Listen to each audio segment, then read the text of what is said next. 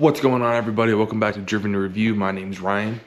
Today I got a fun little video for you guys. I'm going to be showing you guys how to install a subwoofer in your Mustang GT, no matter the trim.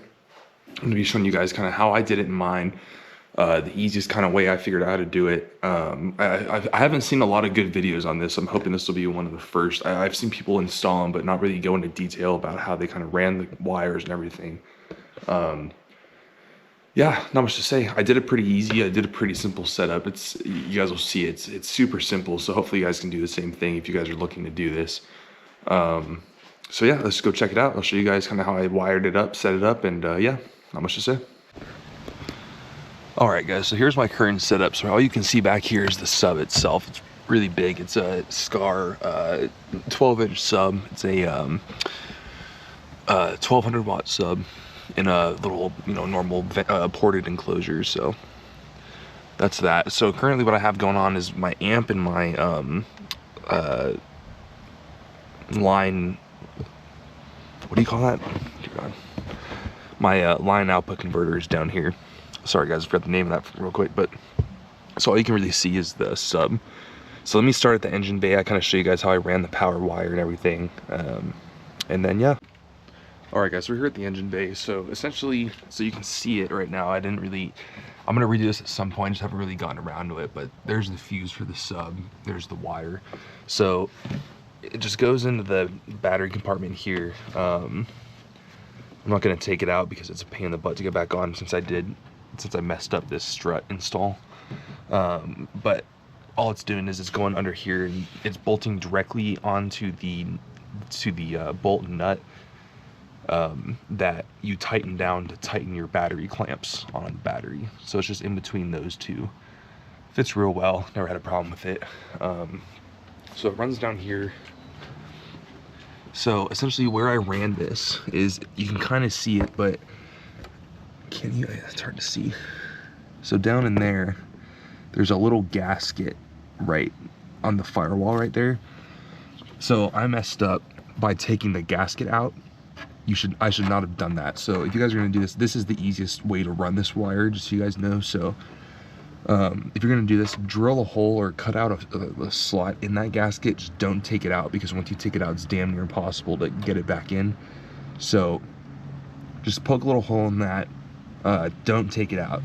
Okay, so the wire's just running through there, and it goes into the cabin. So you guys on that end, kind of where it runs. So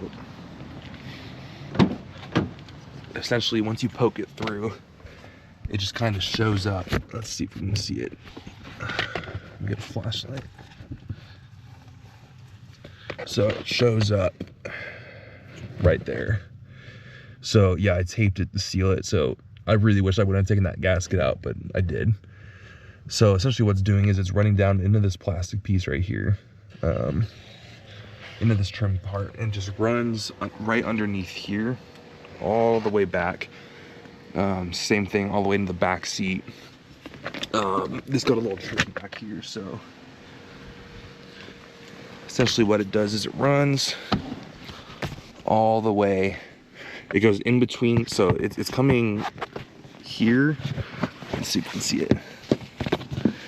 So it runs here and then under this trim panel to stay under the panel. So like right here between the seat is where the wire is running. So it runs all the way back here, and then it just sticks out through the trunk back here. So if we look back here, you can kind of see it right here poking out a little bit. So I just pulled it through and then pulled it under this little cover right here, and then down into this where the spare tire would be, what the patch kit is. So let me take out this sub. I'll show you guys kind of how I wired it so you guys can see. Yeah. All right guys, so this is a very crude setup. This isn't permanent. I'm planning on doing a stealth box at some point, so I'm going to replace all this amps and whatnot. So here's the little wire for the sub that hooks up. Just kind of sneaks out from under there. Take this off.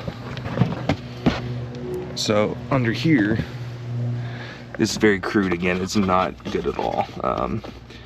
This is just a setup I had from my Civic, so I just put it in here.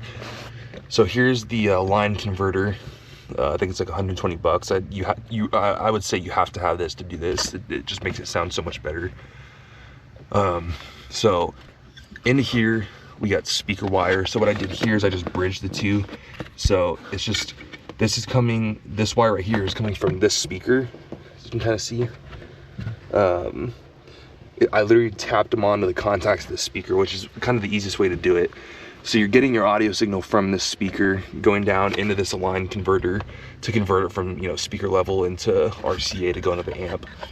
Most amps do have a speaker level input, but again, you kind of want to have this converter so you can do all your filters and whatnot. So it's super simple. So out of this converter, RCA into the amp, and then out of the amp to the speaker. So here's, you can see it. So I know that's kind of confusing because these are the same color, but here is, this one right here is the coming from the battery. This is the grounding wire. So the way I grounded this was I just went up into here, and I went to this guy. So this cable right here runs under this part. So there's a big ass truck that's making noise here. It runs under here, and there's just a little bolt right here that, there's a couple, but you just want to unscrew the bolt, sand it down a little bit to get the polish off it, and then you can ground right onto there. So it's super easy. This guy, why did I do this? Oh yeah, so here, I took the ground, went into here, and it's super crude again, but the ground is going into this little splitter right here, and then going out back to the amp. There's two wires, and this wire is just for the line converter, because it needs a ground and a hot. The hot is just coming off of the hot terminal of the amp. So there's a little wire in the terminal going right to this, so it's not the greatest setup, but it works. Yeah, really not much to say. So yeah, that's pretty much it. The only other wire that you run, so I ran this with the power cable, is the control for the amp. There's a little like knob for volume. It runs the same way as the power wire. So then that just lands right here. But this little cable just runs along with the power wire. Yeah, that's pretty much it, guys. Alright guys, so that was a quick little video today. Pretty straightforward. I hope this is helpful, because I haven't seen any really helpful videos on how to do this. So yeah, let me know you guys think. If you have any questions, leave them down in the comments. Check out my other videos. I have a lot more mod reviews and whatnot. I'll be doing a giveaway at 1,000 subscribers, a pedal commander for this car. So if you have a Mustang and you want a pedal commander, share my channel to your buddies, get them to subscribe. Yeah, not much to say, guys. Yeah, this is Driven Review. Ryan out.